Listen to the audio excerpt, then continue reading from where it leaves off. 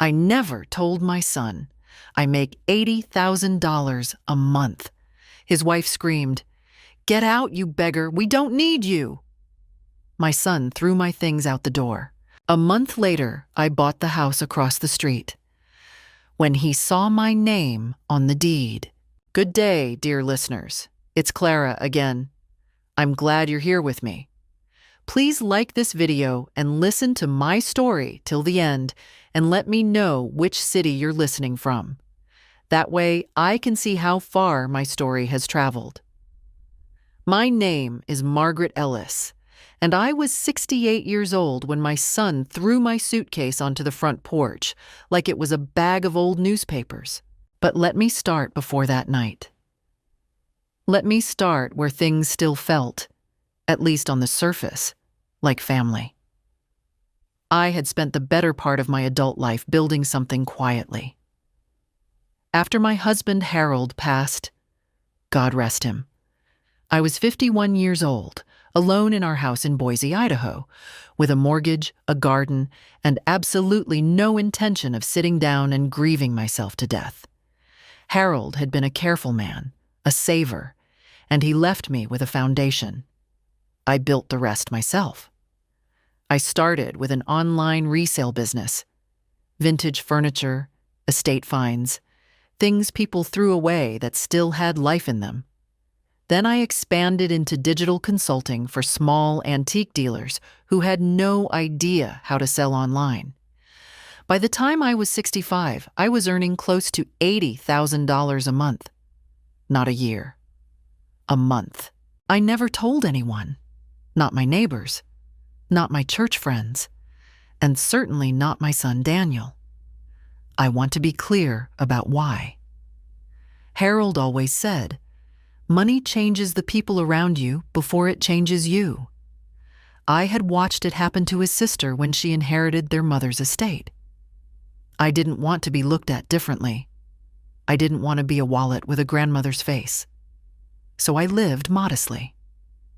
I drove a 2017 Honda CR-V.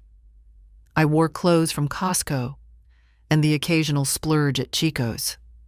My house in Boise was paid off, simple and full of plants. Daniel was my only child. We were close, or I believed we were close, until he married Brittany Caldwell 4 years ago. Brittany was 34, 12 years younger than Daniel, and she had a way of standing in a room that suggested she was always calculating the square footage. She was not unkind in the beginning, she was careful. There is a difference. An unkind person lets you see their edges. A careful person keeps them hidden until the moment they decide you're no longer useful. The first warning sign came 6 months into their marriage, during Thanksgiving. I had driven up to their home in Portland, a lovely craftsman house Daniel had bought before Brittany, thank God. And I noticed that the photo of Harold and me from Daniel's college graduation had been moved from the living room mantel to a closet shelf. When I asked Daniel about it, he said Brittany was redoing the aesthetic. I smiled and helped with the cranberry sauce. The second warning sign came the following Easter.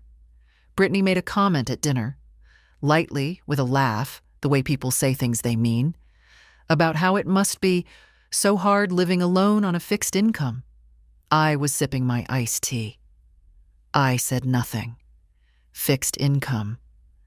I was running 4 revenue streams at the time.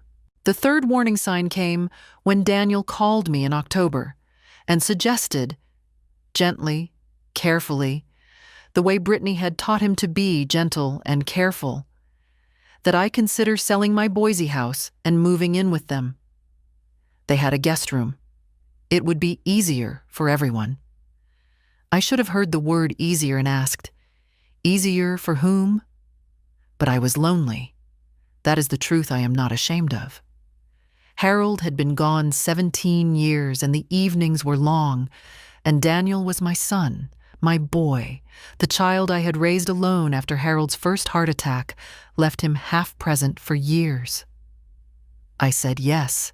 I moved to Portland in January. I brought my plants, my laptop, my external hard drives. My entire business lived on those drives. And 2 boxes of Harold's things I couldn't part with. I paid no rent. I offered to, repeatedly. Daniel said it wasn't necessary. Brittany said nothing, which I later understood was her loudest language. The first 3 weeks were pleasant enough. Then the pleasantness wore thin. Brittany began making comments about my schedule. I worked early mornings, 4 to 8 a.m., before the house woke up. She said the keyboard noise carried. I bought a quieter keyboard. She said the light from my laptop bothered her when she passed the hallway. I started working with the door closed. She said she could hear me on calls. I began using earphones and whispering. I was shrinking. I could feel it. And still I told myself, she is adjusting. This is new for everyone. Daniel loves you. Give it time. Then came the evening of March 14th. I had been on a call with a client in London. It ran long, 20 minutes past what I'd planned. When I came out of the guest room, Brittany was standing in the hallway. Her arms were crossed. Daniel was behind her, and I noticed he was not looking at me. "Margaret," Brittany said. She never called me Mom, not once. "We need to talk about boundaries." I said, of course, and I followed them to the kitchen. What happened next took 11 minutes. I counted them later, lying awake, because that is what you do when your mind needs to measure a wound. Brittany spoke about how this arrangement wasn't working, how I was always underfoot, how the guest room was actually meant to be a home office for her growing candle business, how they had been more than generous. And then she said it. The thing from the title of this story, the thing I will never forget as long as I live. "You're a poor woman living off our hospitality. We don't need a penniless old lady taking up space in our home. Pack your things." I looked at my son. Daniel looked at the kitchen floor, and then he walked to the guest room, and I heard him pulling my suitcase out from under the bed. I stood in that kitchen for exactly the amount of time it took me to decide I would not cry in front of Brittany Caldwell. That was the only decision I made in those first 60 seconds. Everything else, the grief, the disbelief, the specific pain of watching my son refuse to meet my eyes, I folded up and put somewhere behind my sternum, the way you press a letter into an envelope when you're not ready to send it yet. Daniel set my suitcase by the front door. Then he went back for my laptop bag. Then the 2 boxes of Harold's things. He stacked them neatly on the porch, which somehow made it worse. The neatness of it, the care he took arranging my whole life in a 4-foot pile on painted wood. It was 41 degrees outside.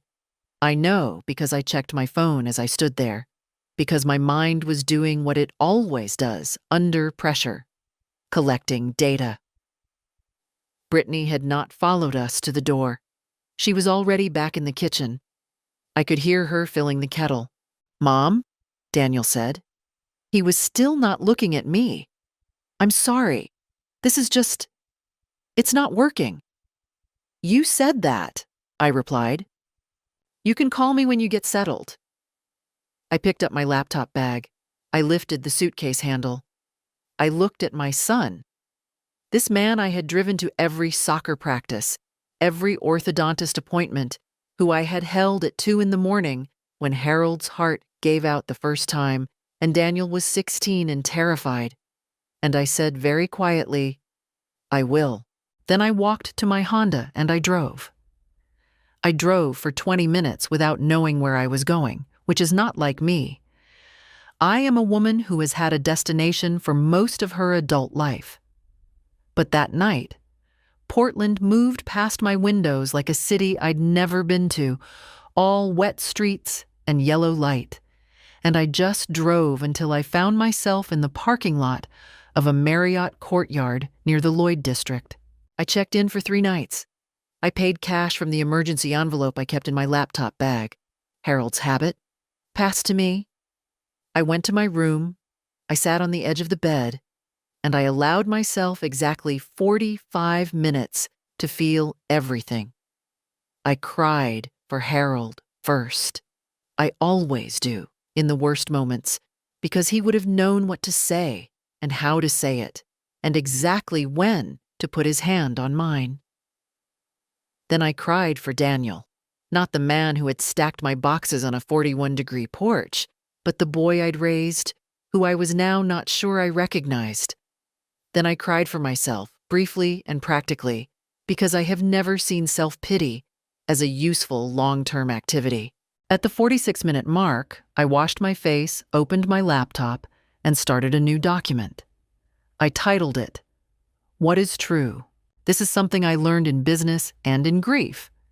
When everything feels chaotic, establish the facts. So, I wrote them down. What is true? I am 68 years old. I am in good health.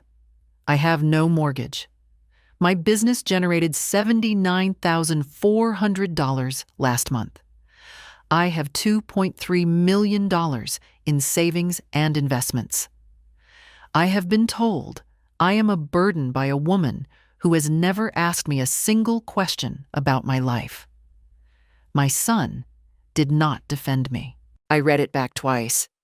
Then I wrote one more line. What is also true? I do not have to accept this as the end of anything. I spent the next 3 days in that hotel room doing 2 things simultaneously, grieving and planning.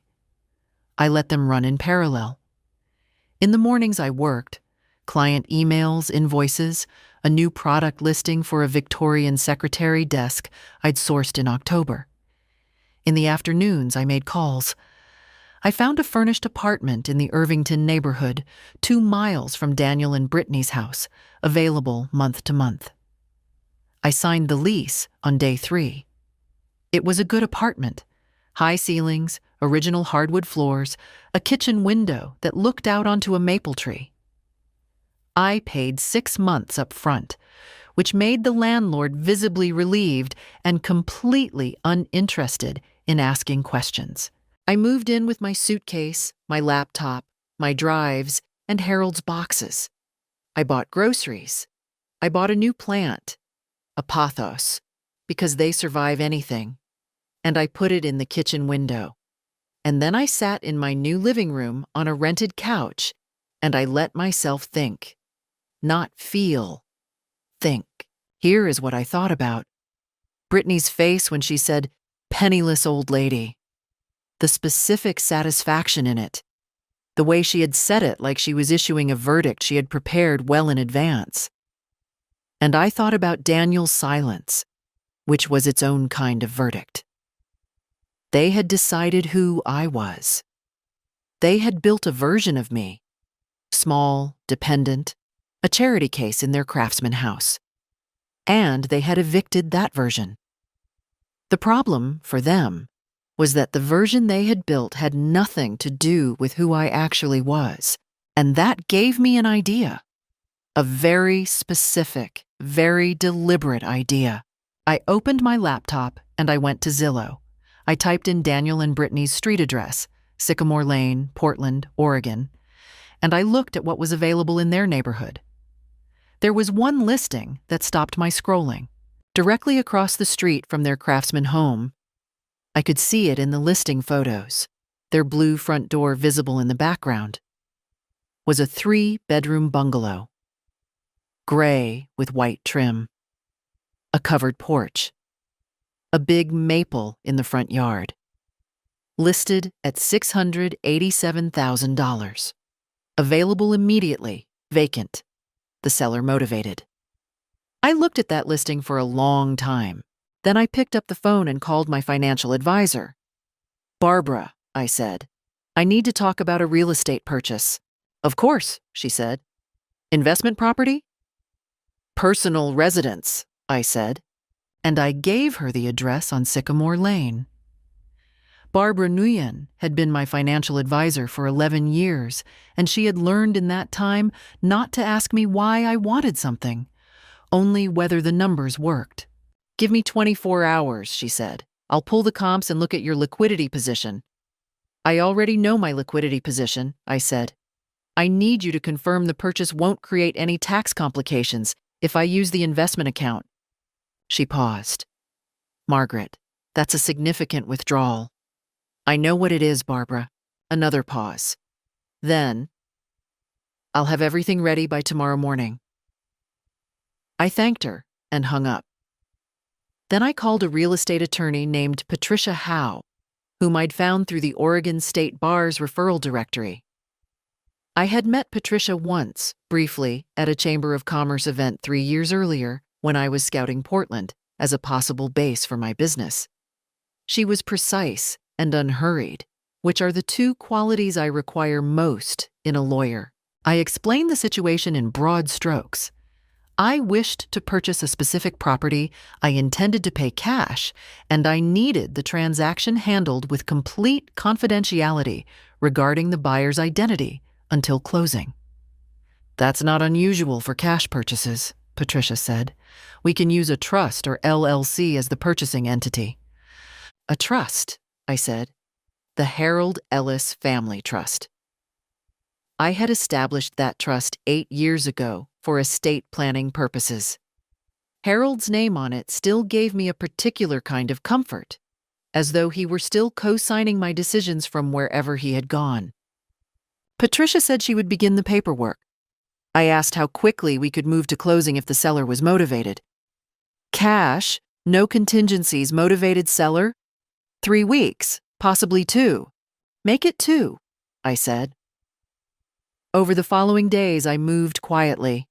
I drove past Sycamore Lane twice, not in front of the gray bungalow, but through the parallel alley, to look at the property from different angles.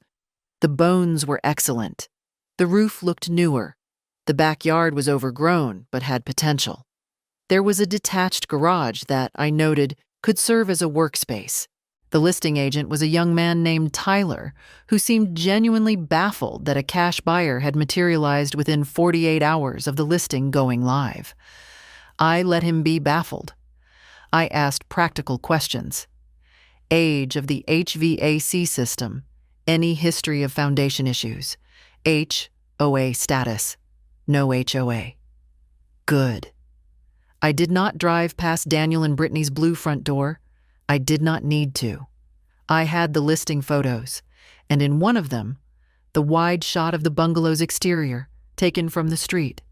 I could see their porch clearly, the 2 rocking chairs they kept there, the hanging fern Brittany was so proud of. The fern looked healthy. It wouldn't for much longer, I suspected, but that wasn't something I spent much time thinking about. It was during the 2nd week of this process, while Patricia was finalizing the purchase agreement and Barbara had confirmed the capital transfer, that I received the information that changed everything from a matter of dignity into a matter of record. I had a friend, Carol Simmons, 71, a retired school teacher who had lived 3 doors down from Daniel and Brittany for 6 years. Carol and I had met at Daniel's housewarming party before Brittany had fully consolidated her position, and we had stayed in touch. Monthly coffee when I visited Portland, occasional texts. Carol called me on a Thursday evening. Margaret, she said without preamble, I don't know if I should be telling you this. Tell me, I said. Carol had been at a neighborhood book club 2 nights earlier. Brittany had not attended. Brittany never attended, but a woman named Sandra, who lived next door to Daniel and Brittany, had. And Sandra, apparently loosened by 2 glasses of Chardonnay, had mentioned something that she thought was common knowledge. Brittany had been planning Margaret's removal since October, not since the boundaries conversation in the hallway. Since October, 4 months before it happened, 4 months before I arrived with my plants and my laptop and Harold's boxes. Sandra had heard it directly from Brittany herself during a backyard conversation over the fence in November. Brittany had told Sandra that Daniel's mother's situation would be resolved by spring. She had described the guest room as already spoken for. Her candle business, the home office, the plan she had outlined to Daniel. She said, and Sandra quoted this carefully because she had found it striking at the time, "She'll have no choice. She sold her house. Where is she going to go?" I sat very still on my rented couch. I had sold my Boise house in December, 3 months after Brittany had made that calculation. I had sold it because Daniel had convinced me, gradually, over several conversations, that I wouldn't need it anymore, that Portland was home now, that they wanted me there. Those conversations had begun in September, 1 month before Brittany told Sandra the situation would be resolved by spring. I understood now. The invitation hadn't been an invitation. It had been a procurement. Get the old woman to sell her house, eliminate her exit, then remove her on a timeline of our choosing. I asked Carol if Sandra would be willing to write down what she'd heard and sign it. "I think she would," Carol said quietly. "She felt terrible when she found out what happened to you. She didn't know it had already been carried out. Can you ask her for me?" "Yes," Carol said. "Margaret, are you all right?" I looked at the pothos in my kitchen window. It had put out 2 new leaves since I'd brought it home. "I am better than all right," I said. "I am informed." 2 days later, I had a signed, dated, notarized statement from Sandra Paulson, 47, of Sycamore Lane, Portland, Oregon, attesting to the conversation she had witnessed between Brittany Ellis and herself in November on the subject of Margaret Ellis's planned removal from the family home. Patricia added it to the file she was building, and on a gray Tuesday morning in early April, I signed the closing documents for the Harold Ellis Family Trust's acquisition of 14 Sycamore Lane, Portland, Oregon, the property directly across the street from my son's blue front door. I drove to the closing. I signed everything. I accepted the keys from Tyler, who still looked mildly bewildered. I drove to the property, unlocked the front door, walked through the empty rooms that smelled of old wood and possibility. I stood at the living room window and looked across the street.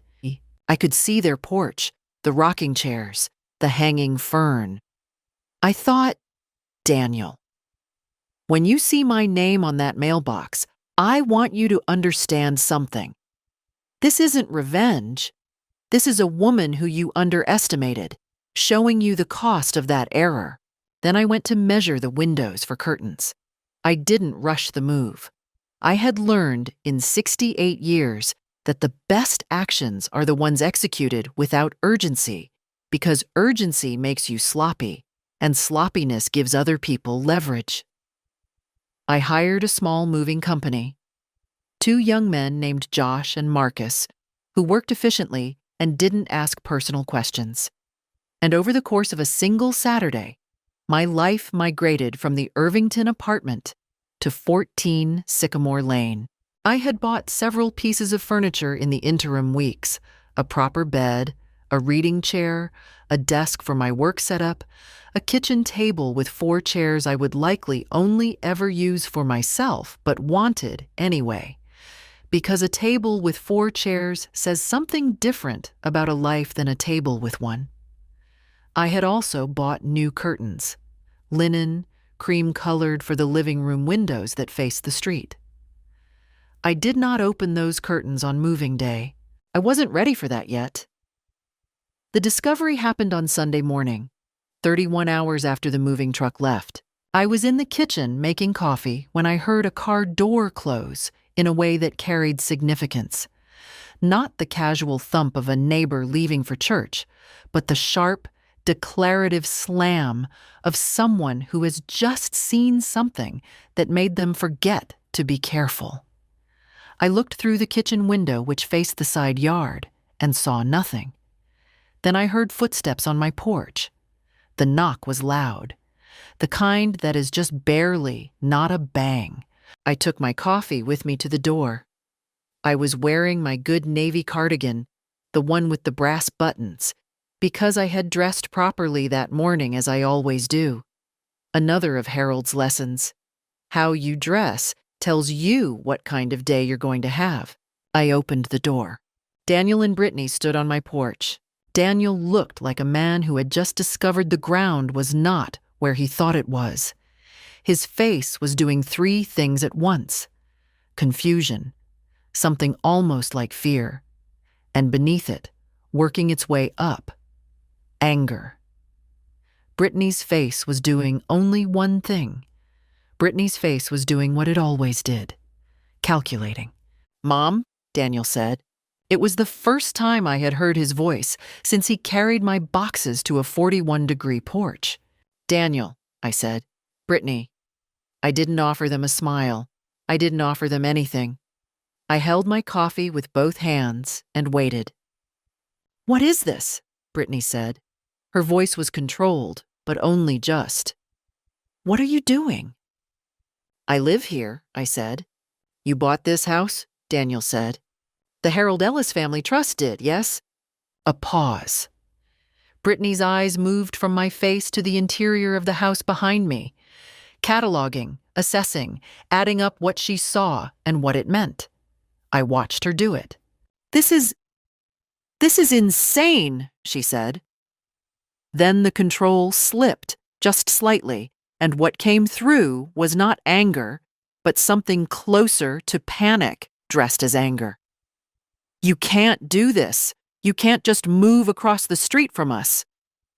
"I'm not aware of any ordinance that prevents it," I said. "Are you?" Daniel stepped forward. "Mom, this isn't— you're trying to make a point. I understand, but this is too far. You need to think about what you're doing." "I thought about it quite carefully," I said. "Over several weeks." "We want you to sell it," Brittany said. "We'll help you find something. Somewhere in Portland, somewhere comfortable, but not—" She gestured at the street, at the 12 yards between my porch and her blue front door. "Not here." "No, thank you," I said. Brittany's composure finally left her. It didn't leave gradually. It left all at once, the way a weather system breaks. "You're doing this to punish us," she said, her voice rising. "You're a vindictive old woman, and you're doing this to make our lives miserable, and I will not allow it. Do you hear me? I will not allow it." "Brittany," Daniel said quietly, but not to stop her, to warn her, which told me he could see what I could see, that she had lost the room. "You have no friends here," Brittany continued. "You have no community here. Nobody on this street wants a bitter old woman sitting in her window watching their house. You'll be miserable and alone, and when you finally come to your senses—" "Brittany." This time Daniel's voice had more edge to it. She stopped. She was breathing hard. I looked at my son. I said, "I have a document, signed and notarized, from a neighbor on this street, attesting to a conversation in which your wife stated that my removal from your home was planned 4 months before it occurred. During the same period you were encouraging me to sell my house in Boise. I shared that document with my attorney. It is in a file. I want you to know that it exists." The porch went very quiet. Daniel's face did something then that I hadn't expected. It cracked, not in rage, in something that looked, briefly, like shame. Brittany was staring at me. The calculation was back in her eyes, but it was running slower now.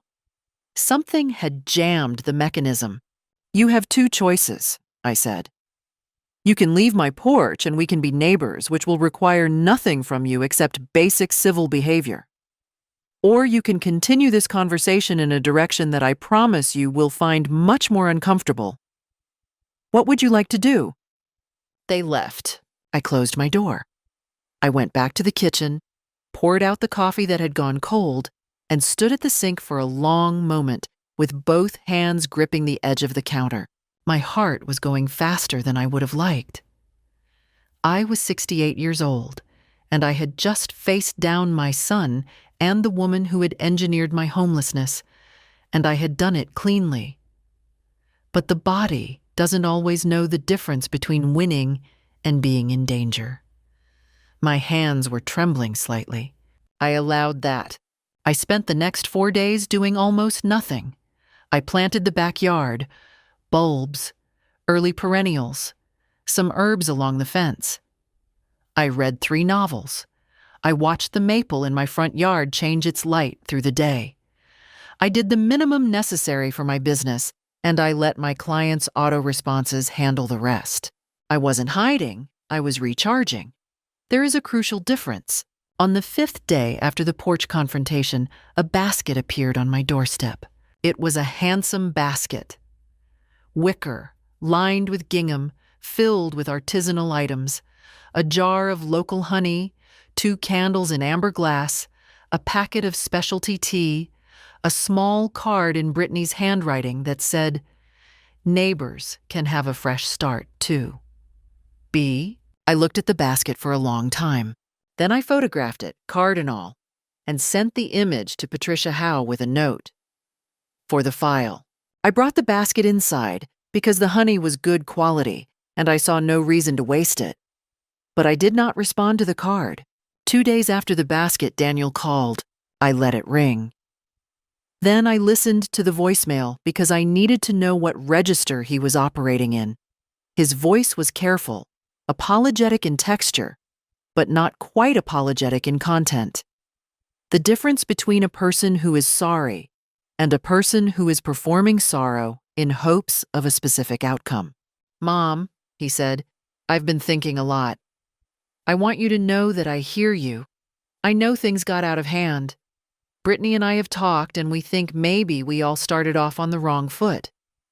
Can we try to move forward? I love you. Call me back." Started off on the wrong foot, as though he had stepped on my shoe at a party. As though I had not been maneuvered out of my home and my stability with months of deliberate planning. As though the notarized document didn't exist.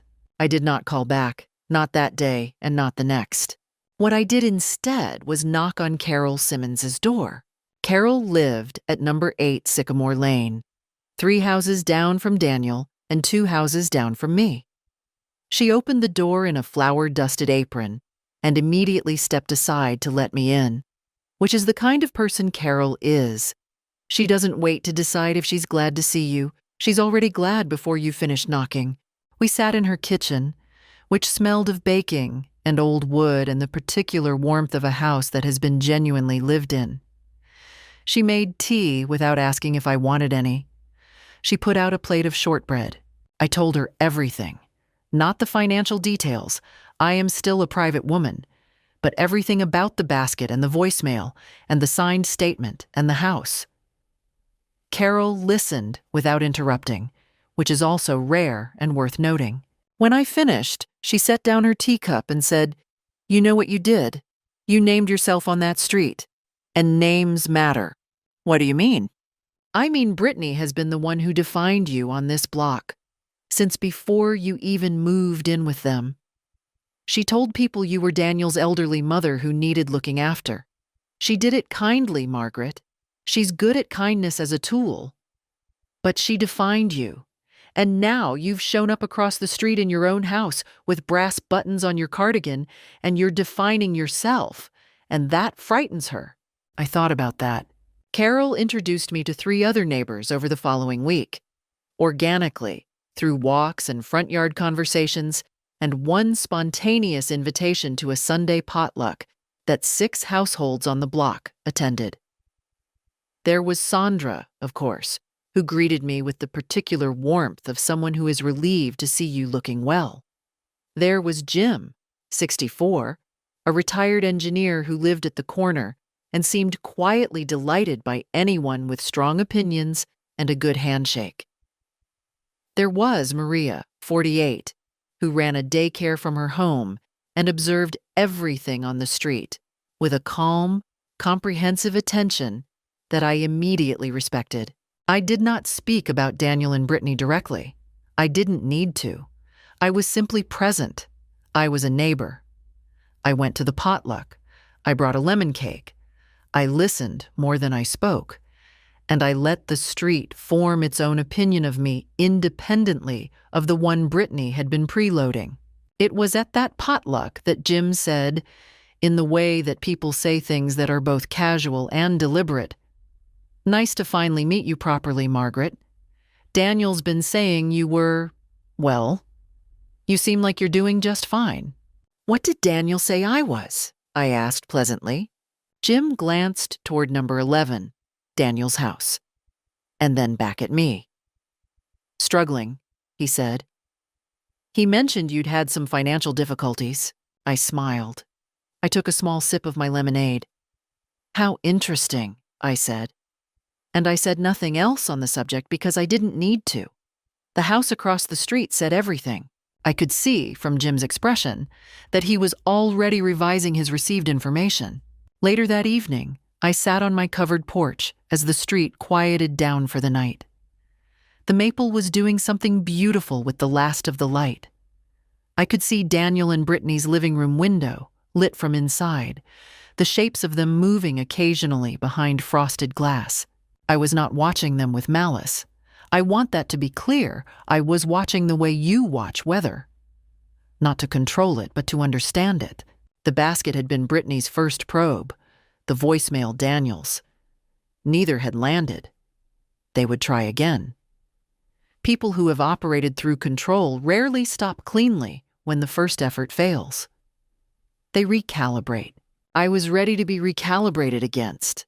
In fact, I was counting on it.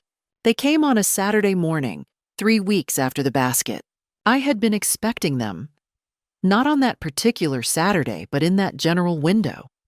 Brittany had a rhythm to her strategies. Probe, withdraw, recalibrate, advance. It was the rhythm of someone who was accustomed to winning through attrition. I had mapped it across the months I'd spent in their house, the small escalations and retreats, the way she would push until you softened, and then push again into the newly softened space. I saw them cross the street from my kitchen window. I had time to set down my coffee, smooth my cardigan, the same navy one, deliberately, and reach the door before they knocked. Daniel was carrying flowers, pale pink dahlias from what I could tell, wrapped in brown paper. Brittany was carrying a paper bag from the French bakery on Morrison Street, the expensive one. They had prepared. "Mom," Daniel said when I opened the door. His smile was the one I recognized from his childhood, the one he deployed when he'd broken something and was hoping hope would do the work of accountability. "Can we come in?" I considered it. I could have said no. Patricia would likely have preferred I said no. But I had learned something important over 68 years of managing people. The most revealing thing a person does is what they do when you give them an opening. So I said yes, and I stepped back from the door. We sat in my living room, which by then had taken on its proper character. The reading chair, the framed photograph of Harold and me from our trip to Oregon coast in 2003, the 2 good lamps that cast the room in warm light. I saw Brittany take in the room as she sat down. I saw the micro-adjustment in her face, the recalibration, as she processed that it was not what she'd expected. It was not the room of a woman who was struggling. "We've been thinking a lot," Daniel began. He was sitting forward on the sofa, flowers in his lap. Brittany was beside him, the bakery bag on her knees, her posture open and soft. She had practiced this posture. I could see its practice in it. About everything. About how things went. "And?" I said. "And we want to start over," Daniel said. We want things to be good between us. We're family." He held out the dahlias. I looked at them. I did not reach for them. "Daniel," I said, "I'd like to believe that. What does starting over look like specifically in your mind?" He glanced at Brittany. The glance was small and quick, but I had 40 years of reading my son's face, and it told me clearly. She wrote the answer. "It looks like everyone moving forward," Brittany said. Her voice was warm. It was remarkable. The warmth. Not manufactured, exactly, but applied. The way you apply a coat of paint to a surface. Not holding on to the past. Not. Her eyes moved briefly around the room, settling on the window that faced their house. Not making choices designed to create discomfort for other people. I chose a home I loved, I said. In a neighborhood I had already come to know. What's discomforting about that? Brittany's warmth adjusted slightly. Margaret, I think we both know that living directly across the street from your estranged son and his wife is not a neutral choice. I'm not estranged from my son, I said. He's welcome to call me. He left a voicemail 3 weeks ago. I heard it. You didn't call back, Daniel said. No, I agreed. I didn't. A pause. Daniel set the dahlias on the coffee table, gently, in what I recognized as a small act of grief. Brittany pressed forward. What would it take, she said, for you to consider a different arrangement? Something more, comfortable, for everyone. What you're asking me, I said, is to leave. We're asking you to think about what's best long-term, she said. At your age, being isolated from your family, in a house that's more than you need. At your age, there it was, the velvet scalpel. I'm not isolated, I said. I had dinner with Carol Simmons on Thursday. Jim from the corner helped me identify my maple last weekend. Maria's children wave at me every morning when she drops them at the bus stop. I'm less isolated here than I was in your guest room. Brittany's warmth cooled by several degrees. Margaret. She leaned forward very slightly. This situation isn't good for Daniel. For his stress, for his work, for... There are health implications to sustained family conflict. For everyone, including you. I looked at her. I let the silence hold for a full 5 seconds, which is a long time when you're sitting in someone's living room. Are you suggesting that my choice of residence is a health risk? I said. To whom? I'm suggesting, Brittany said, each word careful now, that living this way, watching each other across a street, it's not sustainable. And when things aren't sustainable, eventually, they collapse in ways that aren't good for anyone. Daniel had stopped speaking. He was looking at his hands. I have a different perspective, I said. I think things are quite sustainable. I have a home I own, a business that runs well, neighbors I've grown fond of, and a perfectly clear view of the street, which I find I enjoy. Brittany stood up. The warmth was entirely gone now. You're being willfully obstructive, she said. And childish. I'm being a homeowner, I said, which I have been for 37 years. We'll figure something out, she said. It was a threat in the structure of a sentence. Daniel stood, retrieved the dahlias. It was an automatic gesture, habitual, and it told me more than anything else that morning had told me. He had not expected to leave them here. He had expected a different outcome. At the door he turned. Mom, he said, please. I looked at my son, my boy, who I loved in the way you love something that has caused you your deepest pain and your deepest joy in equal proportion, inseparably. And I said, I'll be here, Daniel. I'm not going anywhere. They walked back across the street. I closed my door and stood in my hallway and acknowledged the fear. It was real. Brittany's last sentence had been designed to generate it, and it had worked in the way that a key works in a lock. It found the right mechanism and turned it.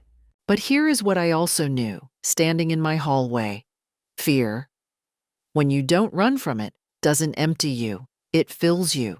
It fills you with the particular clarity of someone who understands exactly what is at stake. I went to my desk. I opened my laptop. I wrote a detailed account of the morning's conversation, time, duration, specific statements, and emailed it to Patricia. Then I worked for 4 hours straight, and I was very sharp that afternoon. The Block Association meeting had been on the calendar for 6 weeks. Jim organized them quarterly, rotating through neighbors' houses. This one was scheduled for the last Saturday of May at Maria's, which could accommodate 12 people comfortably in her large kitchen dining room. 7 households were attending. I had marked the date in my calendar the day Carol told me about it. I had not planned a scene. I want to be clear about that. What I had planned was to be present, to be myself, and to be prepared if a scene arrived on its own, which I had reason to believe it might. Daniel and Brittany attended. They arrived slightly early, which told me they wanted to establish themselves in the room before I got there. I arrived at the stated time with a lemon pound cake on a plate with a card that said, Margaret, number 14, which several people remarked was a lovely touch. I took a chair at the end of the table near Jim and Sandra. For the first 40 minutes, the meeting was about ordinary things. The pothole on the north end, the question of whether the old Henderson's oak needed a city permit before trimming, a proposal to organize a summer block party. I listened, contributed once on the question of the oak tree, and watched the room. Brittany was performing well. She was engaged, she laughed at the right moments, she touched Daniel's arm in ways that communicated partnership. She was, as Carol had said, good with the tools. But she had not accounted for Sandra. Sandra had not intended to say anything. She told me this afterward, carefully, over coffee. She had truly not intended to. But the combination of 2 glasses of the white wine Maria had put out, and the particular moment that arrived, the moment when Brittany said, in response to a question about the summer block party, it would be so nice for the whole neighborhood to feel like a real community, not just strangers living near each other, was more than Sandra could comfortably hold inside. I think community starts with honesty, Sandra said. Her voice was conversational, not pointed. She was looking at her wine glass, about who people are and what they've actually done. The table shifted slightly. These things happen in rooms, small atmospheric changes like a barometric drop. Brittany looked at Sandra. Absolutely, she said smoothly. I've been thinking about that, Sandra continued, since Margaret moved in across the street. It's an interesting thing. Someone told me Margaret was a woman in financial difficulty who needed looking after. And then she bought a house on our street for cash. A quiet moment. Jim said, Cash purchase? I said pleasantly. The Harold Ellis Family Trust, yes. That's significant, Jim said, looking at me with the expression of a man thoroughly revising a database entry. Someone told you Margaret was struggling financially, Maria asked Sandra, not with aggression, with the particular directness of a woman who runs a daycare and has 0 patience for indirection. Sandra glanced toward Daniel, not toward Brittany, toward Daniel. It was a small thing, but rooms notice small things. Daniel was looking at the table. I may have repeated something I shouldn't have, he said quietly. Daniel, Brittany said. Her voice was controlled, just barely. It wasn't accurate, he said. He said it to the table, not to me. The table was quiet in the way tables go quiet, when everyone present has understood something and is waiting to see if anyone will say it. I said it. I built a business after my husband died, I said. I have been supporting myself entirely for 17 years. I mention this not for any point of pride, but because I think it's important for the people on this street to know who their neighbor actually is. I paused. There was a period when I was staying with Daniel and Brittany. It ended abruptly, in March, when I was told to leave. I found a place to stay. I took some time, and I bought this house. That's the whole story. A pause. Maria was looking at Daniel. Jim was looking at his wine glass, diplomatically. Brittany said, That is a very selective version of events. Then tell the less selective version, I said. Not with heat. With perfect evenness.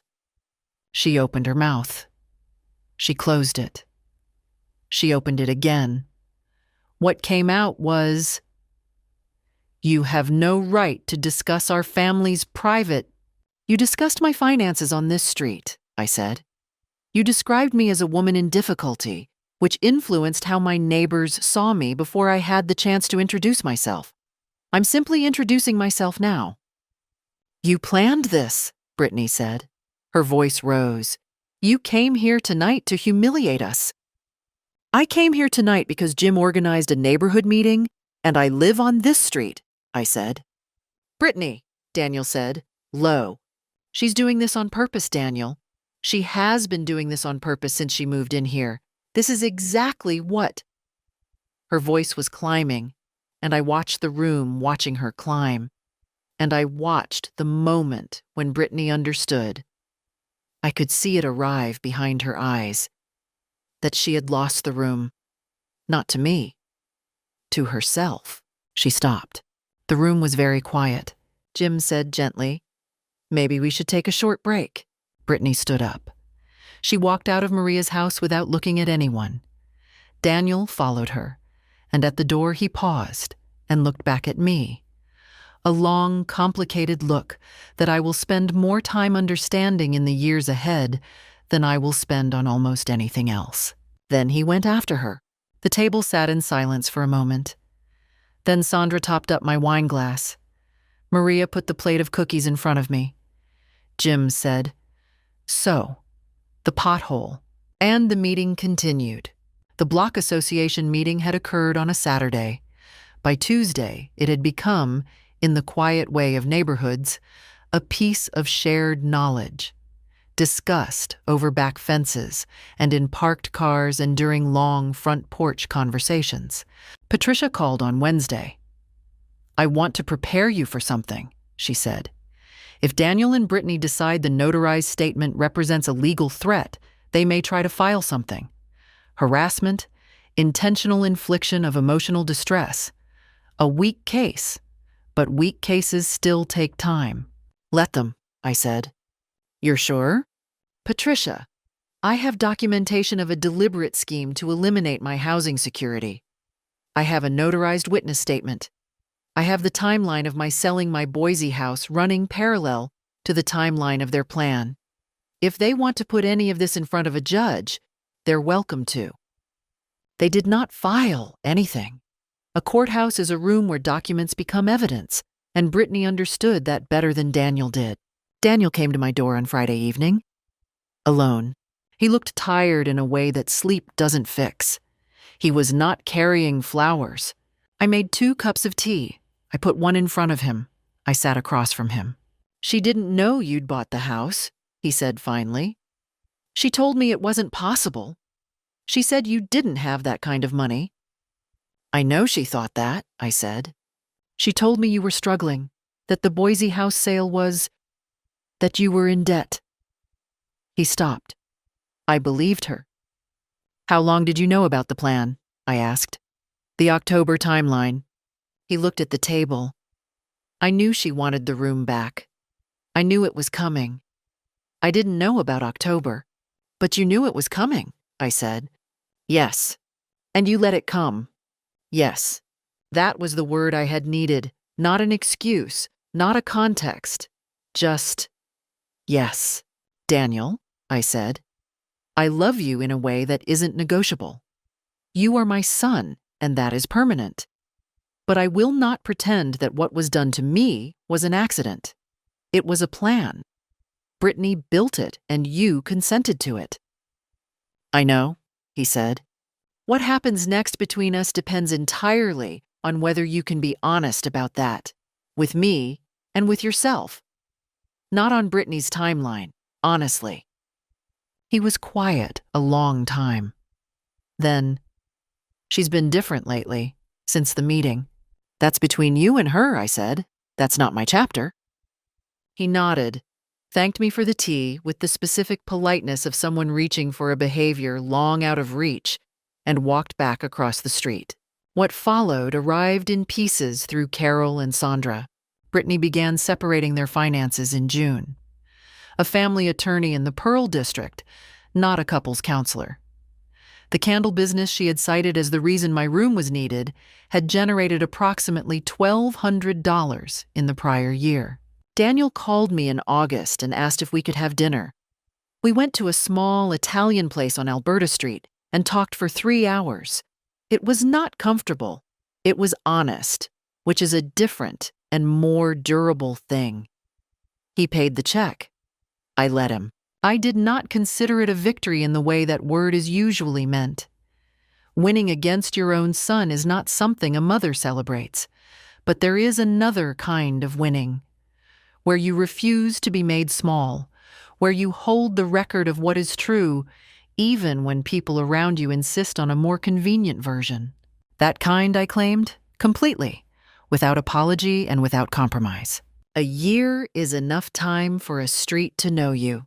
By the following May, 14 Sycamore Lane had become a house. People noticed. Not grandly, but in the way of a place that is genuinely occupied and tended. The front garden was producing tulips in April, then lavender along the walk, then the climbing rose from Jim's cutting that had taken magnificently to the trellis beside the porch. I had put a bench under the maple, and on good mornings I took my first coffee out there before sitting down to work. My business had grown. The disruption of the previous year had, in some oblique way, sharpened my focus. I expanded into teaching small estate dealers how to build their own online systems, which pushed my monthly income well past its previous ceiling. I hired a part-time assistant named Priya, exceptionally organized, working remotely from Seattle. Carol and I had dinner every Thursday. Sandra had become a genuine friend. Dry humor, excellent sourdough, real patience. Jim coordinated the block's seasonal plantings and pulled me in as his co-conspirator, which suited me deeply. Maria's children still waved at me every morning from the bus stop. These were not small things. The morning coffee, the Thursday dinners, the children at the bus stop. These are the actual texture of a life. I had rebuilt what I'd sold in Boise and built something better. A home that was chosen. A community that knew me as myself. As for the house across the street, Daniel and Brittany separated in August. The hanging fern browned and nobody replaced it. Brittany moved to the Pearl District. The candle business did not follow her. Daniel stayed in the Craftsman house, and he and I had dinner every few weeks through fall and winter. The relationship of two people who had hurt each other and decided honesty was worth more than pretending otherwise. He started seeing a therapist and told me so directly. On his birthday, I made the German chocolate cake Harold had always made. He ate 2 slices and looked, for the first time in a long time, like my boy. There were evenings when I sat under the maple in the last of the light and felt something I can only describe as settled. Not triumphant. Settled. I was 69 years old, a house owned outright, a business running beautifully, a street full of people who knew my name, and a pothos in the kitchen window with 17 new leaves. Harold, I thought sometimes, look at what your careful woman built. What would you have done in my place? Tell me in the comments. Share this story, subscribe, and thank you for listening, dear friends.